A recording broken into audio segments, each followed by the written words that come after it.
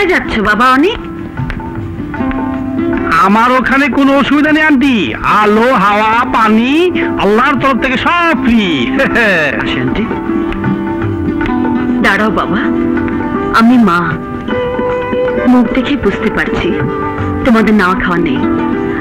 মায়ের হাতে দুটো খেয়ে যাও বাবা। নিশ্চয়ই, যদিও আমার ওখানে সবই আছে, তবু আন্টির কথা অমন ঠিক হবে না।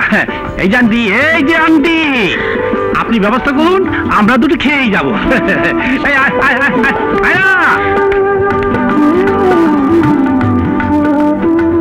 এই শোনো,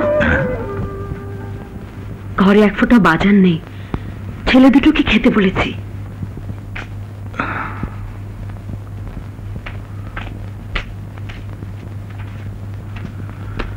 এই 5 কেজি চাউল আর অন্য দোকান দেখো, এই দোকানের মালপত্র ভালো মানুষদের জন্য। এই 1 কন্টেনার তেল দাও তো। আমার বেচাকেনা বন্ধ, অন্য দোকানে যাও।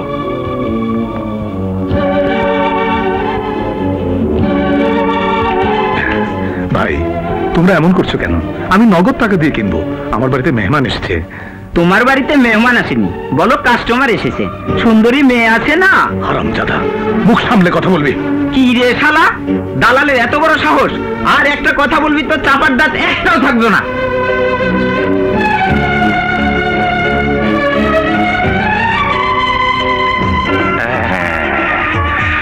সাব্বাস সাব্বাস, তুই তো ভালোই খোঁচা দিতে পারস রে। হ্যাঁ, তোরে আমি ইস্টার্ন প্লাজার 16 তলার উপরে মুদি দোকান দিয়ে দেবো, তোকে সব তেরি দিব, চিন্তা করিস না। শালার পোক, তোরে বাতে মারুম, খুদ খাবি, চাইলেও পাবি না। বউ বউ বউ, কি হয়েছে বাবা? আঙ্কেল কি হয়েছে? কিছু হয়নি।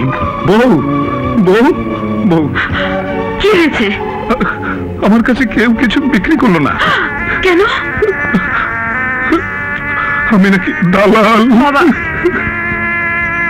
আঙ্কেল আঙ্কেল এসব আপনি কি বলছেন? হ্যাঁ বাবা, আমি যে খারাপ লোক। I M a bad person, I M a bad person.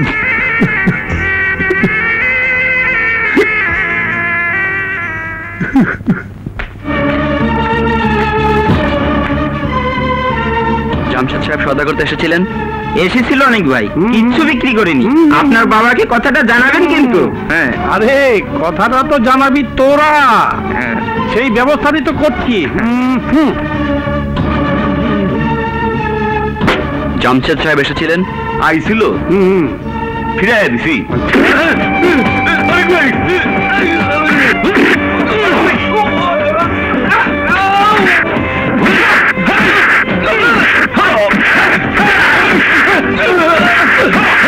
কিছু জানি না।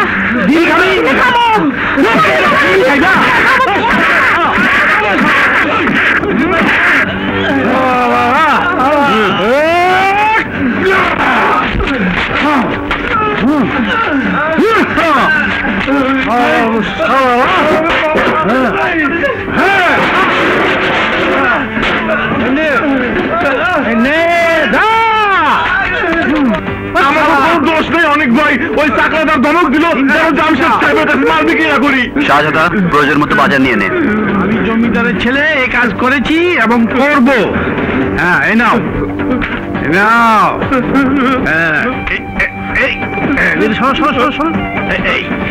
এই পুরা বাজার এখন আমার মাথার উপরে। বাহ, কি মজা! এই তো মরিচের ঝুলি। আন্টি আন্টি, বাজার আমি জমিদারের ছেলে, এগুলো করেছি, করছি এবং করব। যান রান্না করুন। মজা মানে ফজা ভাই, মাঝখানে আমার ঘুম কামাই, সমানে হারতাছি, কিন্তু জিততে আমারে হবেই। কেমন করে জিতবে ড্যাড? তোমার নিজের মেয়ে তো শত্রুদের সাথে হাত মিলে। আরে ভাই, কথা হইলে গিয়া কথা তা না, ওই হাত আমি কাইটা টুন্ডা বানাই ফেলাম। কি? হ্যাঁ, পরে কাম সারলে নকল হাত বানাই দেব। তবে ড্যাড, একটা কথা বলি, অনেকের সাথে তানিয়ার বিয়ে হবে না। ওই সিদ্দিকী বেটার পুরো সম্পত্তি হজম করার জন্য নতুন কোন ফন্দি বের করো, রাহাত সিদ্দিকী তো তোমার যুক্তিতে ওঠে বসে।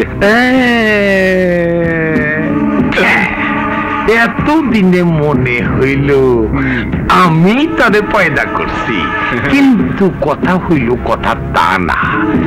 কে গদিতে বসে আর কে পথে বৈশা বলে মাগো আমারে দুগা ভিক্ষা দেন।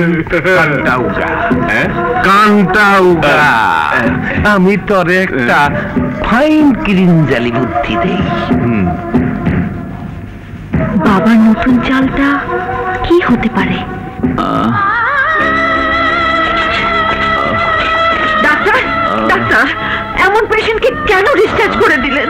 ডাক্তার সাহেব, একটু দয়া করুন, আমার ছেলেকে এভাবে মেরে ফেলবেন না। কেন ওকে বের করে দেবেন? এই কেন জবাব আমি আপনাকে দিতে পারবো না। অবশ্যই দেবেন। এই হাসপাতাল কারো ব্যক্তিগত সম্পত্তি নয়, এটা স্বাধীন দেশের সরকারি হাসপাতাল। ডক্টর কাজল, আমি সব বুঝি, কিন্তু আমি নিরুপায়। আই নিয়ে যাও।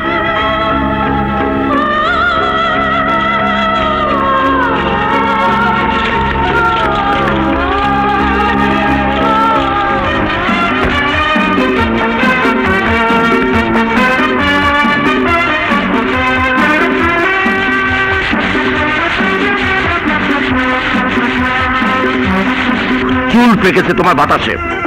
আজ পর্যন্ত তোমার কোনো যুক্তি কাজে লাগলো না। এখন পর্যন্ত ছেলে আমার বাড়ি ফিরলো না। শেষ পর্যন্ত আমি ওর কাছে হেরে যাবো? আরে মিয়া, হারবা কেন? আর হারতে যে তোমার ভালো লাগে না সেটা তো আমি জানি। কথা হইল গিয়া কথা তা না, তোমার মিলে তালা মাইরা দাও। কিসব আবল তাবল বলছো? অনেককে বাড়ি ফিরিয়ে আনতে মিলে তালা মারার কি সম্পর্ক? আছে আছে। নীল বন্ধ হইলে অভাবে অনাহারে শ্রমিকদের পেটে যখন শান্তি লাগবে, তখন তোমার প্রেমিক পোলার মন অগদরদে অস্থির হইয়া তোমার কাছে ফিরে আসবে। ঠিক আছে, আমি তোমার এই যুক্তিটাও মেনে নিলাম। কাল থেকে মিল বন্ধ।